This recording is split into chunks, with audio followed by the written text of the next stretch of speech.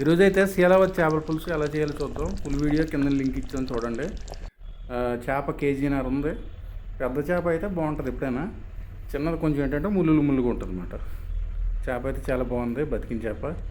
ఇది గంభీర డ్యామ్లో పడుతుంటే సండే పూట పడుతుంటారు అన్నమాట. ఇక్కడ అక్కడికి వెళ్ళి ఇచ్చాము. చూసి కూర అయితే నెక్స్ట్ లెవెల్లో కుదిరింది. అందులో బెండకాయ ఒకటి వేసాం. బెండకాయ వేసుకుంటే బెండకాయ కాదు ఇంకా చాలా కూడా వేసుకోవచ్చు. అందులోనే ఏంటంటే ఆనపకాయ, కాకరకాయ అది 7 నిమిషాల ముందు వేస్తే సరిపోతుంది. అలా వండుకోవచ్చు వెజిటేబుల్ అయితే వేసుకుని. తలకాయ వేసుకున్నాను, మరి టేస్ట్ చేస్తాను ఎలాగుండో చెప్తాను.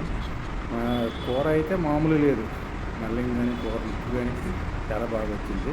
మీరు కూడా ట్రై చేయండి. ఫుల్ వీడియో లింక్లో ఉంది కదా, దాన్ని చూసి ఒకసారి ట్రై చేయండి, బాగుంటుంది. టేస్ట్ అయితే అలాగని చూసాను.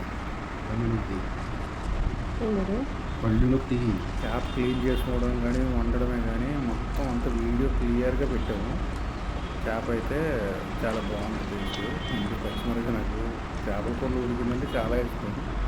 ఒక బెండకాయ చూడండి, బెండకాయ ఒక దెబ్బ తినచ్చు, 4-5 బెండకాయలు కూడా తినచ్చు. అంత టేస్ట్గా ఉంటే అందులో కానీ వేరే టేస్ట్ వస్తుంది. తలకాయ మాకు చెప్పవసరం లేదు, తలకాయ పెద్ద చేప కాబట్టి చాలా బాగుంటుంది.